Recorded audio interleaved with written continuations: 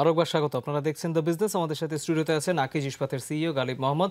আমি বলেছিলাম rapid fire প্রশ্ন করবো, এগুলো আমার প্রশ্ন না, এগুলো ইয়াং জেনারেশনের প্রশ্ন, তারা আপনাকে করেছে, আমরা শুধু প্রশ্ন বাছাই করেছি, আর কিছুই না। প্রথম প্রশ্ন আমি জানতে চাই, সকালে কোনটি আপনাকে বেশি চাঙ্গা করে, চায়ের কাপ, কাজের চেকলিস্ট নাকি অর্ডারের তালিকা? অফকোর্স চায়ের কাপ বলতে পারেন। মানে আগে আপনি কাজে ঢুকে যান না, আপনি আগে নিজে রিফ্রেশ হন তারপরে। ওকে, দ্বিতীয় প্রশ্ন, বাংলাদেশে কোন বিল্ডিং ম্যাটেরিয়ালের ভবিষ্যৎ সবচেয়ে সম্ভাবনাময় আপনার চোখে? সিরামিক বলা যায়। সিরামিক মানে টাইলস ইন্ডাস্ট্রির কথা আপনি বলছেন। থার্ড প্রশ্ন, যখন কেউ রড কিনবে, রড কেনার আগে তার সবার আগে কি যাচাই করা উচিত?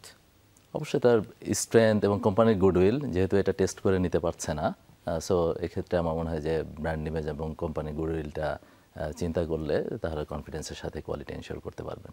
ওকে, পরের প্রশ্ন 4 নাম্বার, ইস্পাত খাতে এই মুহূর্তে সবচেয়ে বড় চ্যালেঞ্জ আপনার কোনটিকে মনে হয়? প্রোডাক্টের দাম, কাঁচামাল নাকি কমপ্লায়েন্স? মার্কেট প্রোডাক্টের প্রাইসটা চ্যালেঞ্জিং, যেহেতু মার্কেট ইজ ভেরি কম্পিটিটিভ এবং কাস্টমাররা হাই প্রাইস দিতে এখনও প্রিপেয়ার্ড অতটা না, সো সেক্ষেত্রে এটা একটা চ্যালেঞ্জ। দাম সবচেয়ে বড় চ্যালেঞ্জ। আচ্ছা, আপনার কাছে কি মনে হয় আপনার কর্মীদের বা যে কোনো অফিসে কর্মীদের আসলে কোনটি বেশি মোটিভেট করে, কাজের জন্য বোনাস নাকি প্রশংসা? আমার মনে হয় প্রশংসাই।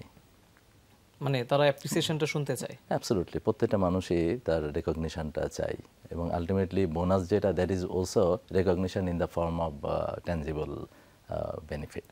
ওকে ওকে, ফেয়ার এনাফ। পরের প্রশ্ন, ধরুন কোনো একটা অফিসে বসকে নিয়ে কর্মীদের ভুল ধারণা আছে, সেই ভুল ধারণা ভাঙার সবচেয়ে সহজ কৌশল কিভাবে? আসলে কমিউনিকেশান, এখানে কমিউনিকেশান গ্যাপ হলে মানুষের কনফিউশন ক্রিয়েট হয়। সো যখন continuous flow of information, communication থাকে, তখন আসলে মিসট্রাস্ট বা রং ইনফরমেশান বা ভুল বোঝা এই বিষয়গুলো থাকে না। আমার মনে হয় যে কমিউনিকেশান, মানুষের স্মুথ ফ্লো অফ কমিউনিকেশান, এটা ট্রাস্টকে বিল্ড করে, টিম ওয়ার্ককে এনহ্যান্স করে।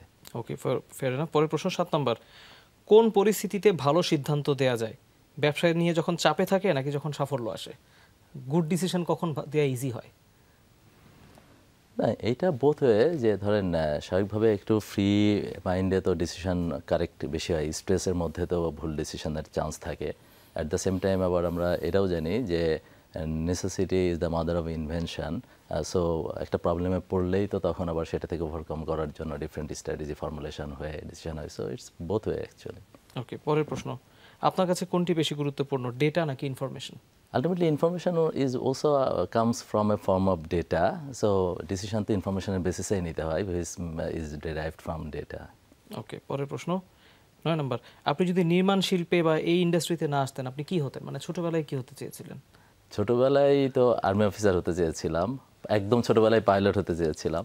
এরপরে যেহেতু ক্যাডেট কোর্সে পড়ালেখা করেছি, একটু ডিফেন্সের চিন্তা ছিল, এটা একসময় ছোটবেলায় এরকম মনে হয়েছে। ওকে, পরের প্রশ্নে যেতে চাই। এটা একটু হাইপোথেটিক্যাল কোশ্চেন, বাট আপনি একটু ভাবনারও সুযোগ পাবেন। সেটা হচ্ছে, ধরুন আপনাকে একটা স্মার্ট সিটি বানানোর দায়িত্ব দেওয়া হলো, আপনি সবার আগে কোন 3টি ডিসিশন নেবেন? ফার্স্ট থিং, যে এই সিটি অবশ্যই এটা এনভায়রনমেন্ট ফ্রেন্ডলি হতে হবে, সাস্টেনেবল হতে হবে। সো সেটা থাকবে 1 নম্বর parameter. It has to be a green city. Next, যারা ওইখানকার সিটি ডুয়েলার যারা থাকবেন, পিপল সেন্ট্রিক, এটা তাদের জন্য যেন তারা ওইখানে একটা সুন্দর জীবন পান। অ্যাট দ্য সেম টাইম এটার কমিউনিকেশান উইথ আদার ডিফারেন্ট লোকেশানস, বাকিরা যারা ওই সিটি ডুয়েলার না, তাদের জন্য যেন একটা স্মুথ ফ্লো অফ কমিউনিকেশান থাকে। এই 3টা বিষয়কেই আমার কাছে মনে হয় যে গুরুত্ব দেওয়া দরকার। ওকে, স্মার্ট অ্যান্সার। আমার মনে হয় যাদের যেই প্রশ্নের উত্তর দরকার র্যাপিড ফায়ারের ক্ষেত্রে, তারা তাদের প্রশ্নের উত্তরগুলো পেয়ে গিয়েছে।